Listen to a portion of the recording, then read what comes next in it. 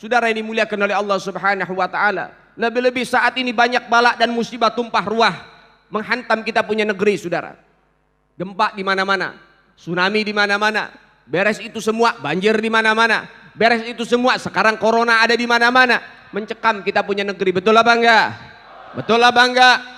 Semua panik, saudara sekalian. Innalillahi wa inna ilaihi.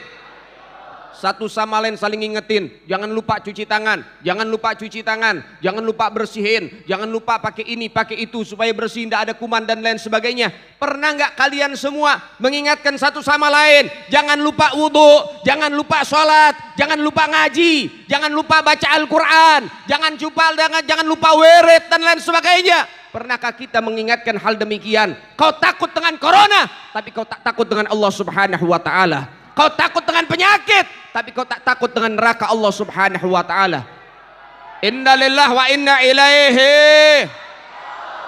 Saudara ini dimuliakan oleh Allah Subhanahu wa taala. Kenapa bala musibah banyak tumpah, saudara sekalian? Allah menyatakan dalam firman-Nya, "Wa ma asabakum min musibatin fabima kasabat aydikum." Dan adapun musibah yang menimpa kepada kalian, itu semua atas ulah tangan-tangan kalian. Tangan siapa yang mengundang murka Allah? Tangan siapa yang mengundang bala dan musibah? Tangan siapa yang mengundang daripada malapetaka? Tidak ada yang lain. Tangan para pejabat yang zalim, tangan pemimpin-pemimpin yang zalim, tangan penguasa-penguasa yang zalim, tangan aparat yang khianat, tangan ulama yang jual ayat, tangan daripada masyarakat ahli maksiat. Itu yang membuat murka Allah Ta'ala tumpah, saudara. Inna lillahi wa inna ilaihi. Tidak bisa dinafikan, saudara-saudara sekalian.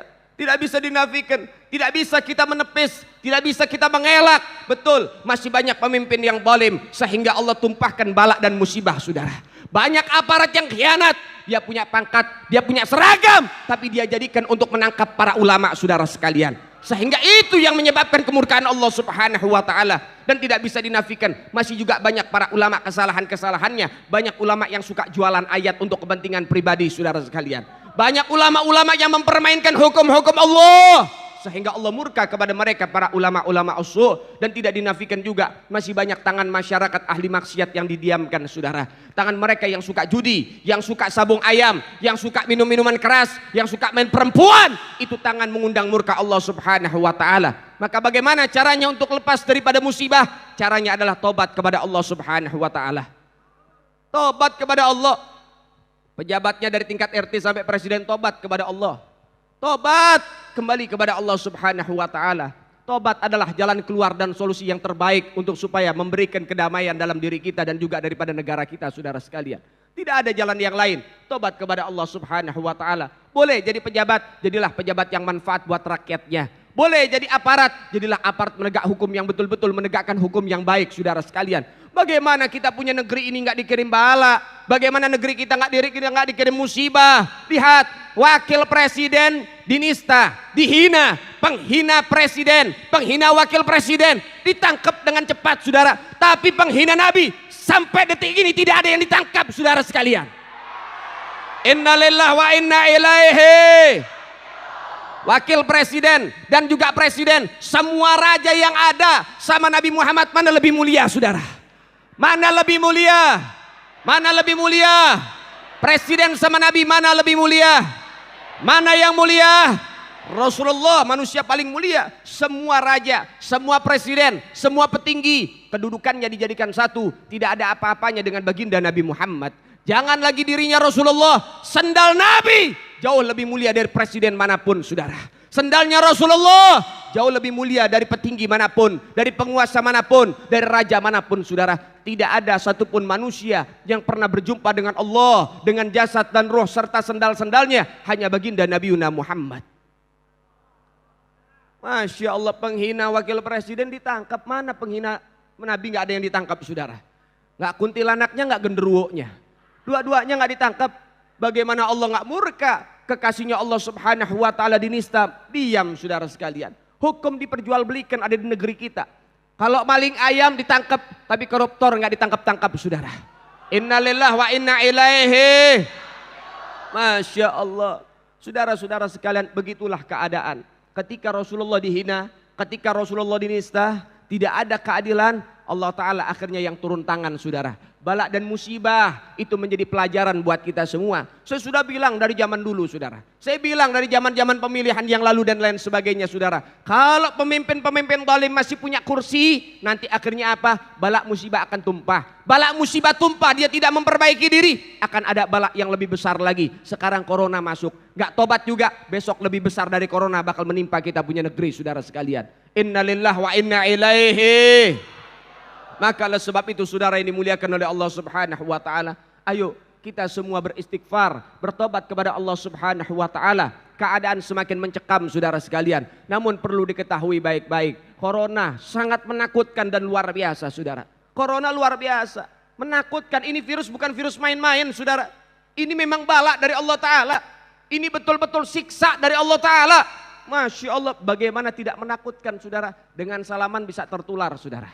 Kalau sudah tertular, innalillahi wa inna ilaihi rajiun. Masya Allah, Anda tahu korban-korban corona yang mati gara-gara corona itu diapain? Itu mayat dibungkus sama plastik saudara. Gak boleh kayak biasa, gak boleh ditemuin, gak boleh dilihat saudara, gak boleh dipegang, tidak boleh dekat jaraknya. Kenapa? Bisa menyebar virusnya. Matinya saja bisa membawa virus saudara sekalian. Begitu luar biasa. Masya Allah, lihat bila mana ada keluarga kita yang kena corona, kita nggak bisa lihat, kita nggak bisa menciumnya, kita nggak bisa mencium jenazahnya. Biasanya kalau ada yang meninggal di antara kita, kita cium keningnya untuk menjadi penghormatan. Kemudian masuk ke liang lahat, kita akan apakan? Kita akan buka daripada kain kafannya, kita tempelkan pipinya ke tanah, kemudian kita azankan dan kita qomatkan saudara. Tapi kalau kena corona itu semua tidak bisa saudara sekalian. Begitu mengenaskan dan lain sebagainya. Innalillahi wa inna ilaihi. Masya Allah, ini bukan hal yang sepele. Ini hal yang luar biasa. Ini begitu mencekam saudara sekalian. Yang mana korbannya semakin hari semakin meningkat, ada di mana-mana. Maka oleh sebab itu saudara ini dimuliakan oleh Allah Subhanahu wa taala. Ayo tobat kepada Allah. Tobat kepada Allah, itu jalan yang terbaik buat kita. Namun catat baik-baik saudara. Berbagai macam bala dan musibah tumpah. Dan saat ini corona menerjang Indonesia dengan sedemikian rupa. Anda tahu masih ada lagi satu kesalahan penting saudara sekalian yang harus kita pahami baik-baik. Yang harus para pemimpin dan pejabat memahami baik-baik saudara sekalian. Seorang ulama ahlul asrar mengatakan, ahlul baiti ruslima tuhuri hum amanul ardi fadzakiri. Sesungguhnya keluarga Nabi Muhammad, sesungguhnya anak cucu Sayyiduna Muhammad, sesungguhnya para habaib, mereka disucikan oleh Allah. Nasnya diabadikan di dalam Al-Quran. Mereka disucikan oleh Allah. Ahlul baiti ruslima tuhuri, keluarga Nabi itu para habaib disucikan oleh Allah. Nasnya diabadikan di dalam Al-Quranul Karim. Kemudian apa? Hum amanul ardi fadzakiri. Ini yang harus kita pahami baik-baik. Mereka para habaib, mereka adalah alasan yang membawa daripada kedamaian. Adanya para habaib yang membuat Allah memberikan keamanan kepada seluruh penduduk alam semesta.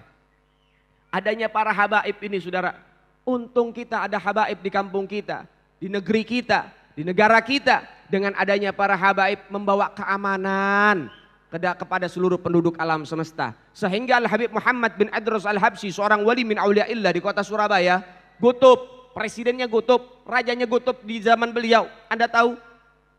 Beliau kalau diundang sama orang, Habib saya pengen ngundang acara di kampung saya. Oh gitu, iya. Kapan? Misalnya lusa Habib. Baik. Ada Habib yang tinggal di sana? Gak ada Habib. Ada Habib yang pernah lewat di sana, singgah di sana? Ada. Saya mau datang.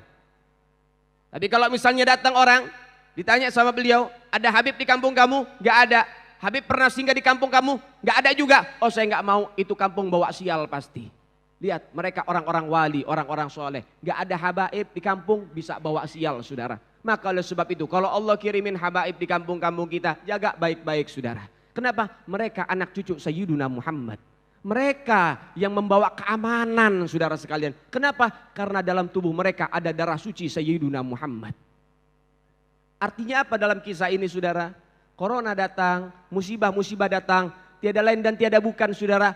Pasti kesalahan ini ada kaitannya. Apa kaitannya? Karena Habib Rizik tidak boleh kembali ke tanah air. Allah Ta'ala murka dan Allah kirimkan corona ke Indonesia saudara. Innalillahi wa inna ilaihi. Habib Rizik gak boleh kembali saudara. Habib Rizik gak boleh balik ke negaranya, saudara. Allah Ta'ala murka, dikirimin corona.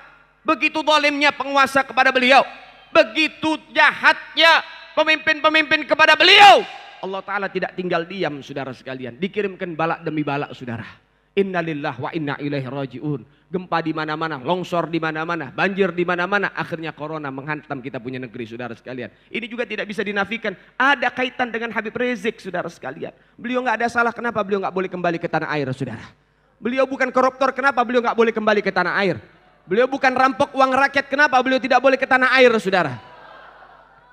Itu yang namanya turis-turis dari negeri komunis boleh masuk negara Indonesia, kenapa Habib Rizik nggak boleh, saudara? Innalillah wa inna ilaihi.